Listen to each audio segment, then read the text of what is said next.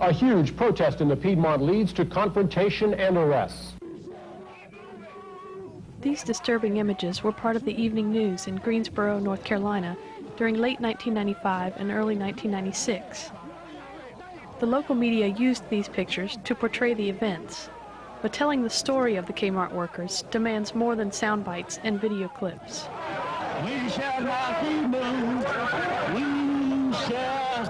We shall not be moved.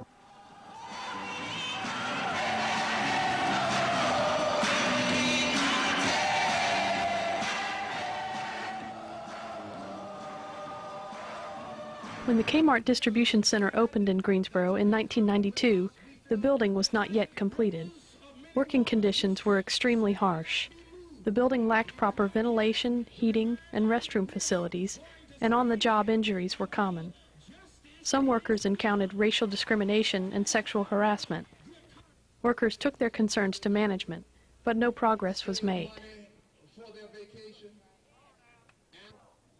In September of 1993, the workers voted to join the Amalgamated Clothing and Textile Workers Union, which in 1995 became UNITE, the Union of Needle Trades, Industrial, and Textile Employees.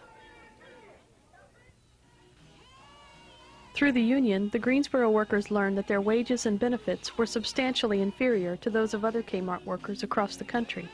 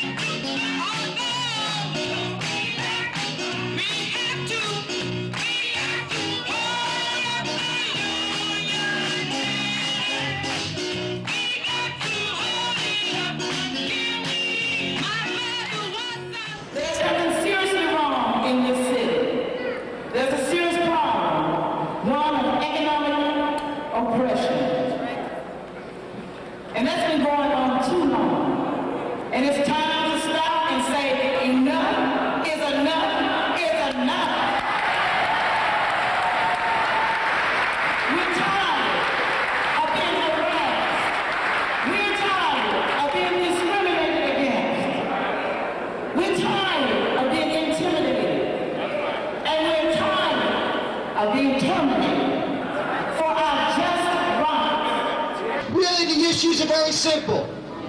It's about what's right and it's about what's wrong.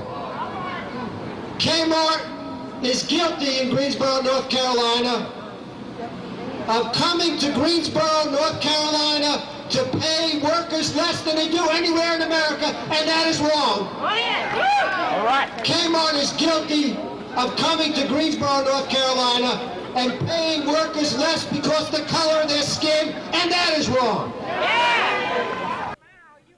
In the fall of 1995, after more than a year of unconstructive bargaining with the K-Mart Corporation, the workers called for a boycott of K-Mart until a fair contract could be attained. Many other people in Greensboro were ready to show their concern over low wages and mistreatment at the K-Mart distribution center. The Pulpit Forum, a local group of African American clergy, had been involved with the workers' struggle for over a year. Now they called for community support of the boycott, and many of Greensboro's citizens answered the call.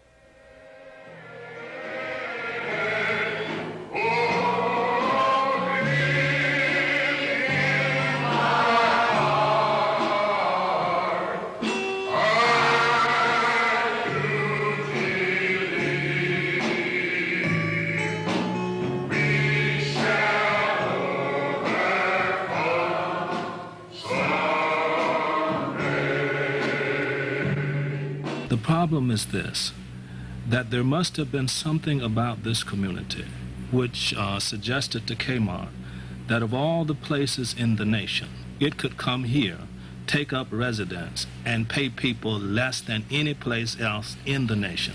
Now, that community has a problem. What is it about Greensboro that would commend it to such a situation when these wages and these conditions are not adequate? If we didn't know that, and if we were not aware of it, then we should thank the K-Mart workers for helping lift this reality before us so that we can solve it and make progress on it, and we can solve it. And I represent the Friends of the Poor People's Organization, which is a group of middle-class white folks who are now looking to take our place at the table, so to speak, and say we want to provide our support as well. When we couldn't get any results from the company, after time and time again, and repeated efforts of trying to get some kind of consideration from the company to address the problem, they chose not to, and the problem just escalated. And it had gotten to the point where the workers just said enough. So if I have to be back out there looking for another job, so be it. It must be God's will. But as long as there's breath in me, and as long as I have a 13-year-old son and I'm a single parent, and I want that child to have the best upbringing and the best chance of a good future that I can give him, and it's my duty and my obligation as his mother to provide the best that I can give him. And if that means going up against a giant such as the K-Mart Corporation, then so be it. But I won't be standing alone. Did you know that corporate America doesn't care any more about a working class white man than they do a black man? We've got to do this together.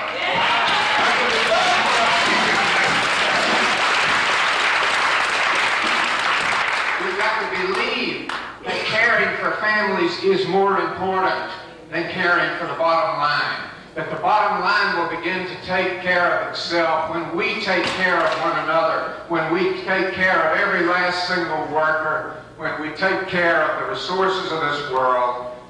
Then we can pull out of that spiral, and we can do something with the resources we've been given, the knowledge, the know-how.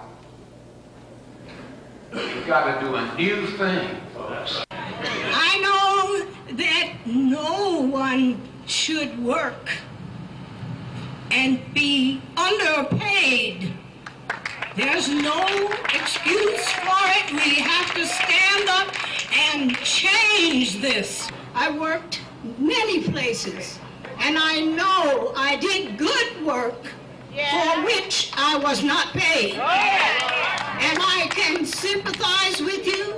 I'm standing with you because I know your cause is worthy. We're here to say wherever injustice happens to be, we shall stand there and stand until the day of judgment comes if necessary. Clergy, church members, business people, students, teachers, other union members, and concerned citizens joined with the workers in peaceful, nonviolent demonstrations. From January through March, hundreds of citizens participated in rallies at the Super K-Mart and downtown Greensboro, with more than 150 arrests for civil disobedience. This is what the Lord requires. The Lord requires that we love justice, do mercy, and walk humbly with our God.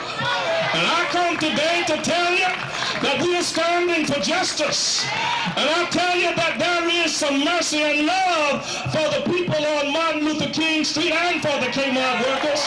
My brothers and sisters, we are doing a good thing, we are doing a right thing, and we'll keep on doing it until justice comes. The clergy of the Pulpit Forum convened with local business leaders to provide a forum for discussing the community issues brought to light by the K-Mart workers' struggle. Resisting the temptation to classify the dispute as simply racial, union, or labor versus management, the group persisted in finding ways to address the interests of the community at large.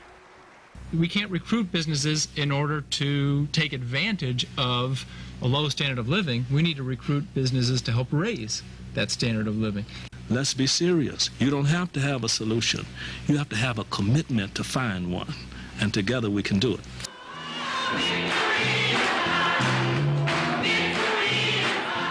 On July 25, 1996, K-Mart workers reached a contract agreement with K-Mart.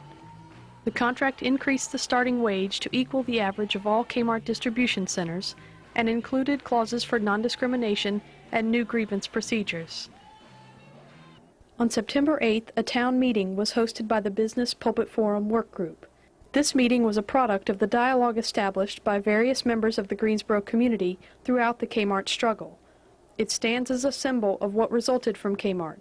What had potentially been a divisive nightmare in the community had been persistently altered by those involved to produce open, honest, and varied communication between diverse groups. The issue is what you're going through and what you're feeling is business as usual. And business as usual has hurt a lot of people. Nothing we do, however virtuous, can be accomplished alone. Therefore, we must be saved by love. No virtuous act is quite as virtuous from the standpoint of our friend or foe as it is from our standpoint. Does Greensboro have a strong desire to see all of its citizens succeed? Is Greensboro challenged to go beyond the ordinary in the interest of its people?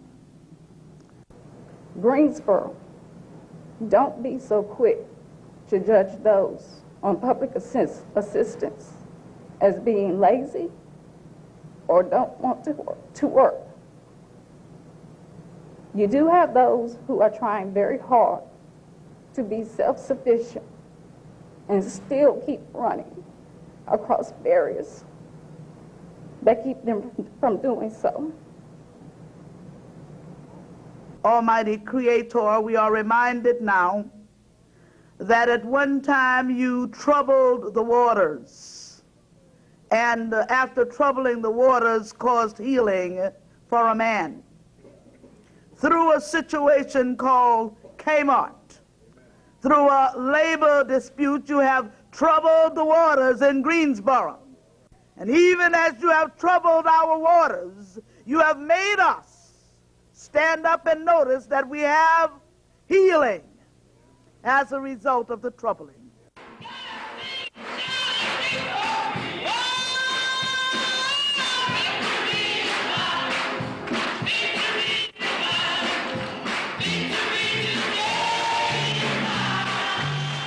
Perhaps the most meaningful outcome of the K-Mart struggle is a renewed belief in the power of quality conversations and honest engagement of community issues.